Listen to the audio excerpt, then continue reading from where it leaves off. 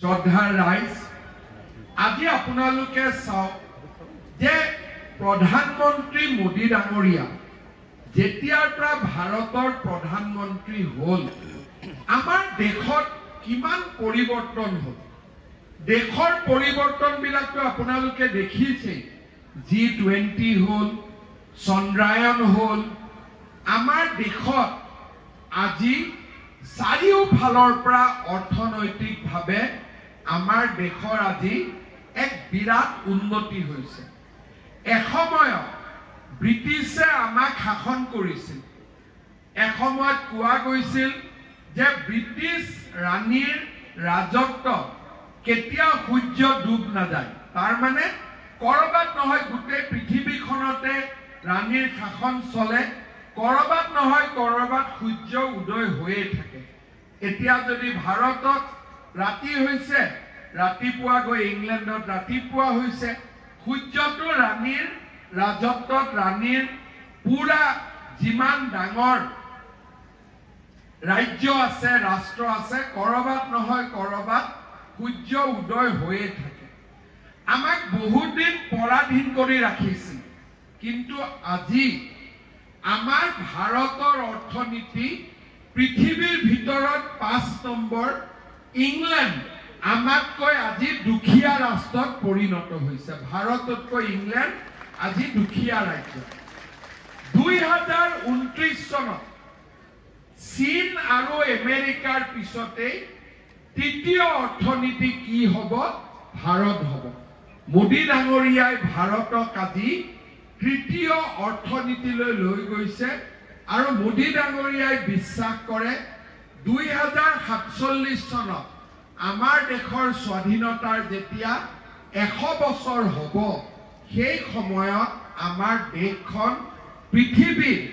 সৰ্বশ্ৰেষ্ঠ দেশলৈ ৰূপান্তৰ হ'ব ভাৰত বিশ্বগুৰু হ'ব আজি মোদী ডাঙৰীয়াক আপোনালোকে চাওক ওচৰৰ পৰা অসমৰ মানুহে মোদী ডাঙৰীয়াক চাব পাৰে প্ৰধানমন্ত্ৰী হোৱাৰ পিছত নৰেন্দ্ৰ মোদী ডাঙৰীয়া অসমলৈ কিমান বাৰ আহিছে 27 বাৰ আহিছে এবাৰ দুবাৰ তিনিবাৰ 27 বাৰ আহিছে অসমৰ কোনো এখন জিলা বাকি নাই যি জিলাত মোদী ডাঙৰীয়া জীৱনত এবাৰ নহয় এবাৰ অহা নাই আজি কাজিৰঙা মই মোৰ বয়স 55 হ'ল কোনো প্ৰধানমন্ত্ৰী মই কাজিৰঙাত ৰাতি থকা আজিলৈকে দেখা নাছিলোঁ মই যেতিয়া মোদী ডাঙৰীয়াক মাতিছিলোঁ যে আপুনি এবাৰ কাজিৰঙাত আহিব কংগ্ৰেছৰ দিনততো ৰকিবুল হুছেইনৰ দিনত গড় মৰিয়ে থাকে এতিয়া বিজেপিৰ দিনত গড় মৰা বন্ধ হৈছে চোৰাং চিকাৰী এতিয়া গড় মাৰিব নোৱাৰে কাজিৰঙা ভাল হৈছে আপুনি এবাৰ কাজিৰঙাত আহি আমাৰ বনকৰ্মীসকলক লগ কৰি উৎসাহ দি যাব মোদী ডাঙৰীয়াই মোক ক'লে ৰাতি থকাৰ ব্যৱস্থা আছে নাই বোলো আছে বোলে মই ৰাতিয়ে থাকিম আপোনালোকে চিন্তা কৰক মই এবাৰ তেওঁ ফুৰিব মাতিছিলোঁ তেওঁ নিজে ক'লে বোলে মই ৰাতি থাকিম মই মোদী ডাঙৰীয়াক যোৱা বছৰ বিহুৰ সময়ত ক'লো যে প্ৰধানমন্ত্ৰী ডাঙৰীয়া আমাৰ বিহু নাচ বুলি ক'লে অসমীয়া মানুহৰ মন উগুল থুগুল হৈ পৰে এইবাৰ আমি এটা প্ৰস্তাৱ লৈছোঁ যে 12,000 বিহুৱা বিহুৱতীক লৈ সৰু সজাই আমি বিহুৰ এটা প্ৰদৰ্শন কৰিম যাতে পৃথিৱীয়ে চাব পাৰে গ্ৰীনিজ ৱৰ্ল্ড ৰেকৰ্ডত আমি বিহুৰ নাম সুমুৱাব পাৰোঁ মোদীয়ে মোক ক'লে মোকো মাতিবি ময়ো যাম অৰ্থাৎ অসমৰ কিবা এটা হ'লে তেখেতে সদায় অসমলৈ আহিব খোজে আজি আপোনালোকে চাব অসমৰ গামোচাখন অসমীয়াই যিমান নলয় মোদী ডাঙৰীয়াই তাতকৈ ডিঙিত বেছিকৈ আমি এইটো গামোচা দিলে পিন্ধিলো থৈ দিলো এতিয়াও মোক কোনোবাই দিলে লগে লগে মই থৈ দিলো কিন্তু মোদী ডাঙৰীয়াক যদি মিটিং এখনত গামোচা দিয়ে মিটিং শেষ নোহোৱালৈকে তেওঁ গামোচাখন আঁতৰাই নিদিয়ে আৰু অসমত নহয় দিল্লীত জাপানত আমেৰিকাত যোনেই গামোচা দিয়ে তেওঁ লগে লগে ডিঙিত গামোচা লৈ লয় যোৱা বছৰৰ আগৰ বছৰ তেওঁ জাপানত গৈছিল জাপানত অসমীয়া মানুহ এগৰাকী আছে মই নাম ক'ব খোজা নাই তেখেতে গামোচা এখন লৈ ৰখি আছিল মোদী ডাঙৰীয়া গামোচাখন দেখিয়ে তেওঁৰ ওচৰত গৈ আপ আসাম সে হে বোলে মই অসমৰ পৰা গামোচাখন পিন্ধি গোটেই দিনটো গামোচাখন পিন্ধিয়ে থাকে যেতিয়া তেওঁ কোভিডৰ ভেকচিন ল'ব গ'ল তেতিয়াতো ভেকচিনৰ সময়তো আৰু কোনো মিটিং টিটিং নাই যেনে তেনে কোভিডৰ পৰা হাৰিব লাগে ভেকচিন ল'ব গৈছো তেওঁ গুজৰাটৰ গামোচাখনো পিন্ধি থাকিব পাৰিলেহেঁতেন তেওঁ পিন্ধি ল'লে আমাৰ অসমৰ গামোচাখন অসমীয়া গামোচাখন পিন্ধি তেওঁ কোভিডৰ ভেকচিন ল'ব আজিকালি মই য'তে যাওঁ গামোচা লোৱা মানুহ দেখো আগতে গামোচা ল'লে আমি মাতিছিলো অসমীয়া বুলি আজিকালি গামোচা ল'লে গ্যাৰেণ্টি নাই অসমীয়া বুলি মোদীজীয়ে গামোচাখন ইমান পপুলাৰ কৰি দিলে যেতিয়া ইউপি বিহাৰৰ মানুহেও গামোচাখন পিন্ধি থাকে আপোনালোকে টিভিত দেখা পাব আজি অসমীয়া গামোচাৰ মোদী ব্ৰেণ্ড এম্বেছাডৰ হৈ গ'ল বুলি ক'লেও ভুল কৰা নহয় আজি মোদীজী আমাৰ বিহুৱানখনৰ ব্ৰেণ্ড এম্বেছাডৰ বুলি ক'লেও ভুল কৰা নহয় শ্ৰদ্ধাৰ ৰাইজ অসমৰ পৰা আজিলৈকে দুজন ব্যক্তিয়ে ভাৰত ৰত্ন পাইছে কোনে পাইছে গোপীনাথ বৰদলৈ দ্বিতীয় কোনে পাইছে ডক্টৰ ভূপেন হাজৰিকা এতিয়া কংগ্ৰেছৰ শাসন কালত গোপীনাথ বৰদলৈক ভাৰত ৰত্ন দিব পাৰিলেহেঁতেন কিন্তু কংগ্ৰেছৰ শাসন কালত গোপীনাথ বৰদলৈক ভাৰত ৰত্ন নিদিলে কোনে দিলে অটল বিহাৰী বাজপেয়ীয়ে দিলে আৰু ডক্টৰ ভূপেন হাজৰিকাক কোনে ভাৰত ৰত্ন দিলে নৰেন্দ্ৰ মোদী ডাঙৰীয়াই দিলে আজি এইবিলাক কথা কোনো দুৰ্ঘটনা নহয় গোপীনাথ বৰদলৈ অসমৰ প্ৰথম প্ৰধানমন্ত্ৰী আছিল কংগ্ৰেছৰে নেতা কংগ্ৰেছে তেওঁক ভাৰত ৰত্ন দিয়াত কি আপত্তি আছিল ভূপেন হাজৰিকাৰ সময়ত বাৰু মোদী প্ৰধানমন্ত্ৰী আছিল মোদীয়ে দিব লাগিব কিন্তু গোপীনাথ বৰদলৈ জৱাহৰলাল নেহেৰুৱে দিব পাৰিলেহেঁতেন লাল বাহাদুৰ শাস্ত্ৰীয়েও দিব পাৰিলেহেঁতেন জৱাহৰলাল নেহেৰু লাল বাহাদুৰ শাস্ত্ৰী ইন্দিৰা গান্ধী কোনোবাই নহয় কোনোবাইতো দিব পাৰিলেহেঁতেন কিন্তু অটল বিহাৰী বাজপেয়ী নহালৈকে গোপীনাথ বৰদলৈয়ে ভাৰত ৰত্ন পোৱা নাছিল এইবিলাক কোনো সংযোগ নহয় আজি দুগৰাকী মানুহে ভাৰত ৰত্ন পাইছে দুইগৰাকীকে বিজেপি দলৰ চৰকাৰৰ দিনত তেওঁলোকে ভাৰত ৰত্ন পাইছে গোপীনাথ বৰদলৈ আৰু ভূপেন হাজৰিকা মোৰ আজিও মনত আছে ভূপেন হাজৰিকাই যিদিনাখন ভাৰত ৰত্ন পাইছিলে মল্লিকাৰ্জুন খাৰ্গে কংগ্ৰেছ দলৰ সভাপতি তেওঁ কৰ্ণাটকত ষ্টেটমেণ্ট দিছিলে যে নাচনে वाला गाने वाला लोगों को क्यों भारत रत्न दिया जाता है भूपेन हाजरिकार কথা উল্লেখ কৰি তেওঁ তেনেদৰে কৈছিল আৰু জৱাহৰলাল নেহৰুৱে 1962 কি কৈছিল চীনৰ আক্ৰমণৰ সময়ত my heart goes to the people of Assam ততে যাগৈ আৰু যত মৰগৈ আৰু আতে আমাৰ মোৰ লগত কোনো কথা নাই এইটো আছিল কংগ্ৰেছৰ মানসিকতা আজি বিজেপি দলে উত্তৰ পূৰ্ব ভাৰতৰ মূল খুঁটিৰ লগত জড়িত কৰি এতিয়া অসম কোট বুলি আৰু দিল্লীত কোনেও নুখুদে কৰ্ণাটক বাংগালুৰত গলে অসম কোট বুলি নুখুদে আজিকালি অসমীয়া মানুহ বাহিৰত গলে आपका सीएम कैसा करते हैं क्या करता है काजीरंगा में गौर कब निकालते हैं অসমৰ বিষয়ে জানিবৰ কাৰণে মানুহৰ 10টা প্ৰশ্ন আজিকালি ভাৰতত গলে অসমৰ বাহিৰৰ ভাৰতৰ আন জাগাত গলে অসমীয়া মানুহক সন্মানৰ চকুৰে চাই আৰু নৰেন্দ্ৰ মোদী ডাঙৰীয়াৰ কাৰণে আজি অসমীয়া মানুহে এই সন্মানৰ অধিকাৰী শ্ৰদ্ধাৰ ৰাইজ মোদী ডাঙৰীয়া প্ৰধানমন্ত্ৰী হল অসমত আলফা আছিলে বড়ো আন্দোলন আছিলে কাৰ্বি আন্দোলন আছিলে মোদী ডাঙৰীয়াই লাহে লাহে লাহে লাহে সকলোৰে লগত কথা পতা আৰম্ভ কৰিলে বড়ো লোকে কি কৈছিল ডিভাইড আসাম 50-50 মোদী ডাঙৰীয়াই তেওঁলোকক বুজালে আজি বড়ো লৰাবিলাকে এতিয়া আৰু নকয় যে অসমখন বিভাজন কৰিব লাগে কংগ্ৰেছৰ দিনত মেঘালয় বিভাজন হ'ল কংগ্ৰেছৰ দিনত নাগালেণ্ড বিভাজন হ'ল কিন্তু মোদী ডাঙৰীয়াই বড়ো যুৱক যুৱতীসকলৰ লগত কথা পাতি অখণ্ড অসমৰ প্ৰতিশ্ৰুতি আদায় কৰিলে অস্ত্ৰ শস্ত্ৰও জমা দিলে কাৰ্বি ল'ৰা ছোৱালীবিলাকে অস্ত্ৰ শস্ত্ৰ জমা দিলে আৰু আলফাৰো 90% ল'ৰা ছোৱালীয়ে অস্ত্ৰ শস্ত্ৰ জমা দিলে আজি মোৰ কাৰণে গৌৰৱৰ কথা মোৰ 3 বছৰ মুখ্যমন্ত্ৰী হৈ গ'ল 10 মেত 3 বছৰ হ'ব 10 দিন বাকি আছে মোৰ মুখ্যমন্ত্ৰীত্বৰ সময়ছোৱাত আজিলৈকে অসমত এদিনো এটাও বোমা বিস্ফোৰণ হোৱা নাই এটাও গুলিকাণ্ড হোৱা নাই আমাৰ অসমত এদিন বোমা গ্ৰেনেড গুলিৰ মাতত বহাগ বিহু আহিছিল আজি কুলি কেতেকীৰ মিঠা মাতত অসমত বহাগ বিহু আহে আজি আমাৰ পৰিৱৰ্তন দেখক 3টা বছৰ এই 3টা বছৰত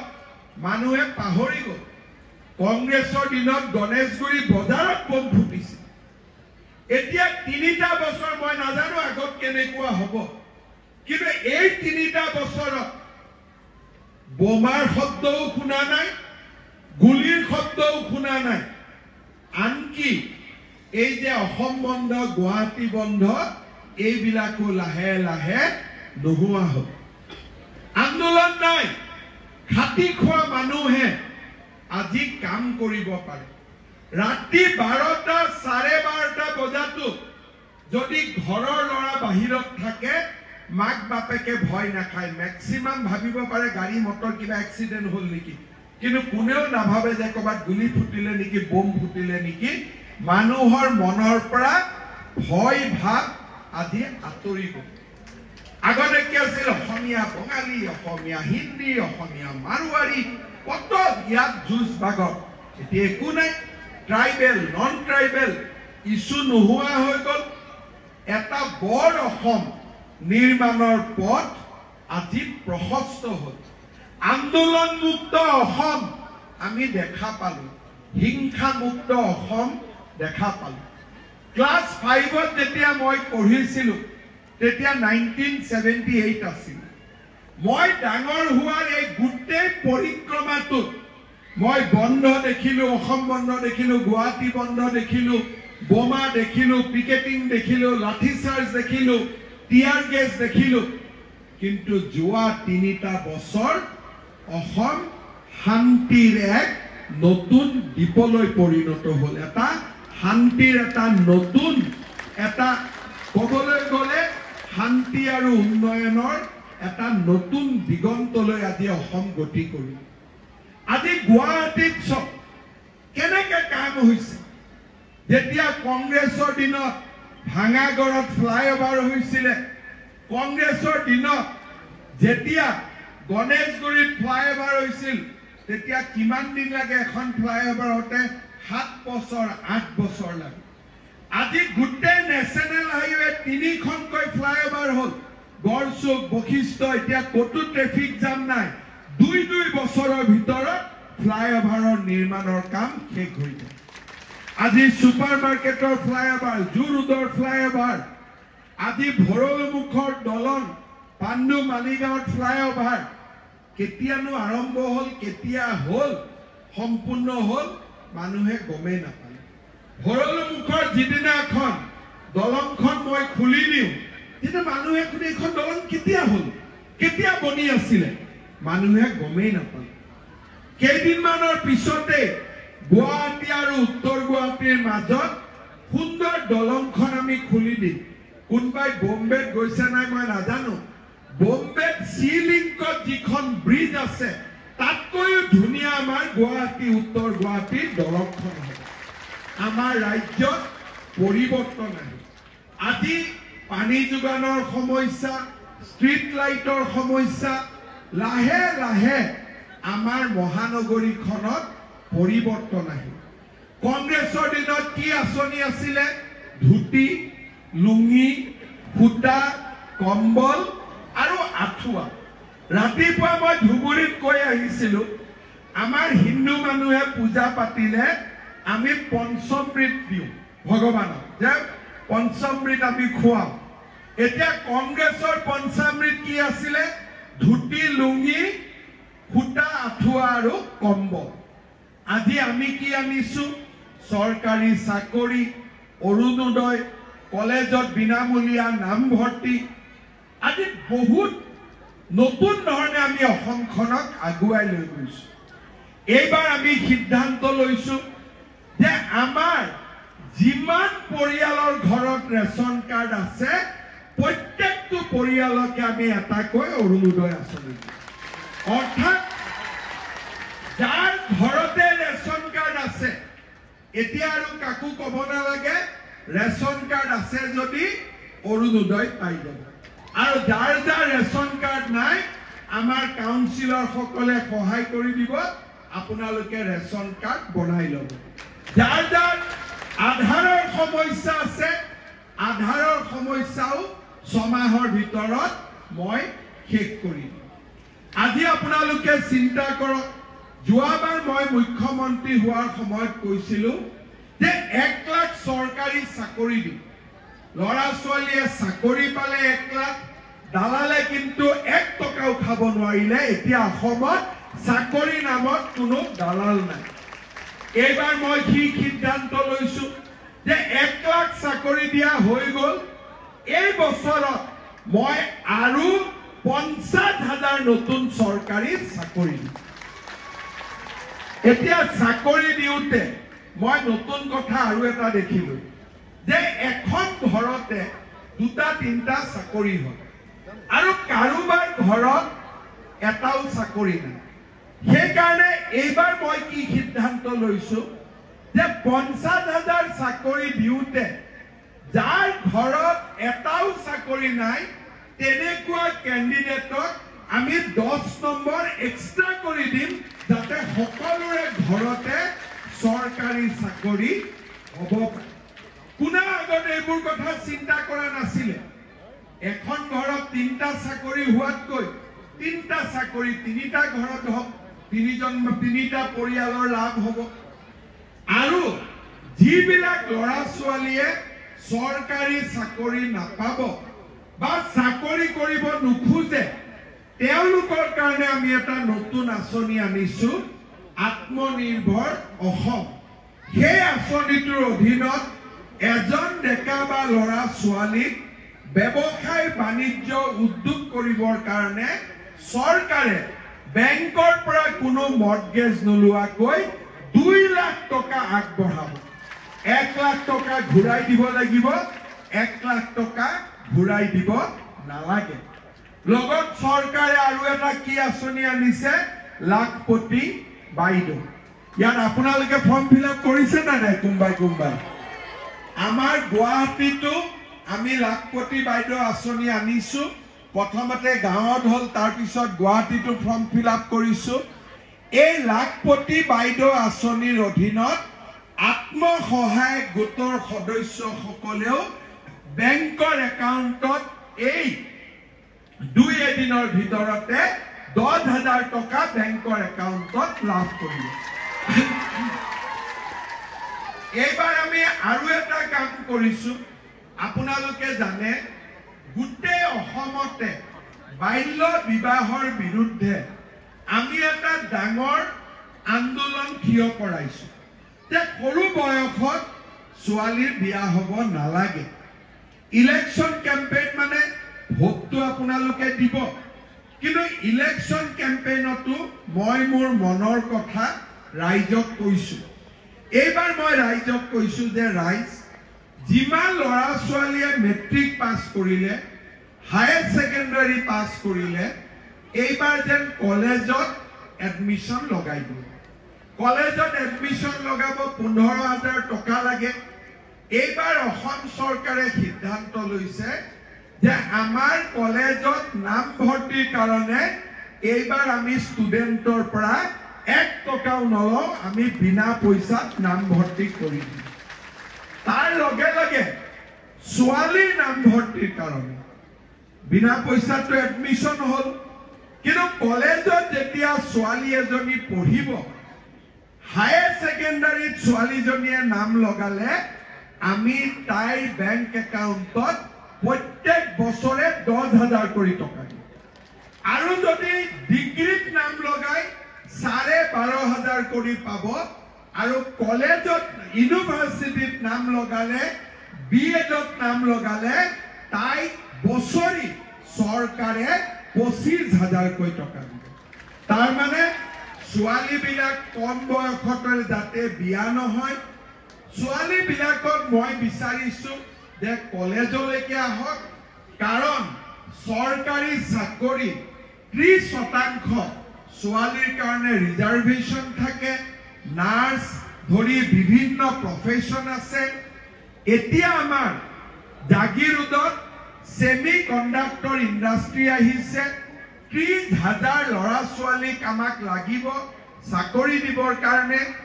যদি আমাৰ ল'ৰা ছোৱালী কলেজত নাযায় এই চাকৰি লবৰ কাৰণেও কলিকতা বিহাৰৰ পৰা অসমলৈ নতুনকৈ মানুহ আহিব আমি বিচাৰো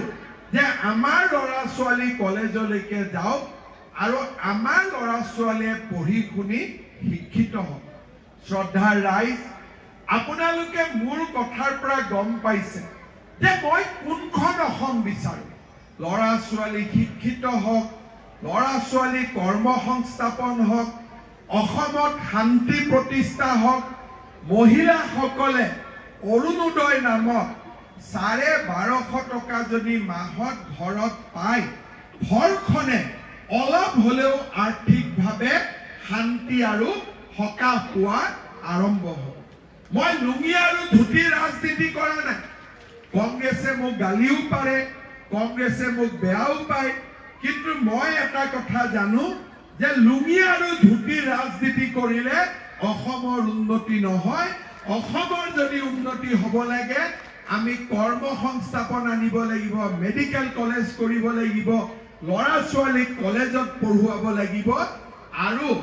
আমাৰ ৰাইজৰ উন্নতি কৰিব লাগিব শ্ৰদ্ধাৰ ৰাইজ মোদী ডাঙৰীয়া আমি যদি প্ৰধানমন্ত্ৰী পাতো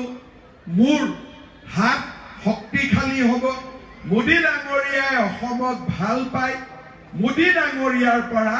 মই অসমৰ কাৰণে বিভিন্ন আঁচনি আনিব পাৰিম অসম মাতৃক আৰু আমি আগুৱাই লৈ যাব পাৰিম সেইকাৰণে মই সকলো গুৱাহাটীবাসী ৰাইজক অনুৰোধ কৰিম যে আমাৰ গুৱাহাটীৰ সমস্যা হওক আজি বসুন্ধৰাৰ জৰিয়তে আমি অসমীয়া খিলঞ্জীয়া মানুহক আমি মাটি বাৰীৰ ব্যৱস্থা কৰি দিছো গুৱাহাটীৰ পাহাৰতো প্ৰিমিয়ামবোৰ আমি কমাই দিম যাতে আমাৰ মানুহখিনিয়ে মাটি বাৰী ল'ব পাৰে কোনো অসুবিধা নহয় গুৱাহাটীৰ কাৰণে এটা বসুন্ধৰা এটা আমি ভাল কৰি আনিম যাতে গুৱাহাটীৰ মাটি বাৰীৰ সমস্যাবিলাক আমি এবাৰতে সমাধান কৰি দিব পাৰো মানুহে যাতে সেইটোক লৈ কেতিয়াও চিন্তাত পৰি থাকিব নালাগে আজি 12 লাখ মানুহৰ মই মাটি বাৰীৰ সমস্যা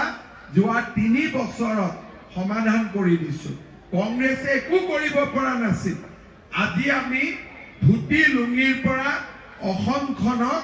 এটা নতুন পৰ্যায়লৈকে আমি লৈ যাবৰ বাবে চেষ্টা কৰিছো ৰাইজে আশীৰ্বাদ কৰিব সকলোৱে 7 তাৰিখে আপোনালোকে হিলদল ভাঙি ওলাই আহিব আৰু মেচিনত পদুম ফুলটোক ধুনীয়াকৈ টিপি দিব মৰম লগাকৈ হ'ব মোদী ডাঙৰীয়াক ধুনীয়াকৈ ভোট দিব আৰু মোদী ডাঙৰীয়াক ভোট দিয়া মানে ময়ো গাত অলপ ভিটামিন পাম ৰাইজৰ কাৰণে আৰু বেছি ভাল কৰি কাম কৰিব পাৰিম হ'বনে সবে দিব মোদী ডাঙৰীয়াক বিজুলী বাইদেউক জিকাব সবে জিকাব এফালে সবে জিকাব তেতিয়ালে মোৰ লগত ক'ব भारत माता की, भारत माता की। नरेंद्र मोदी, नरेंद्र मोदी, बिजुली कलिता मेदी,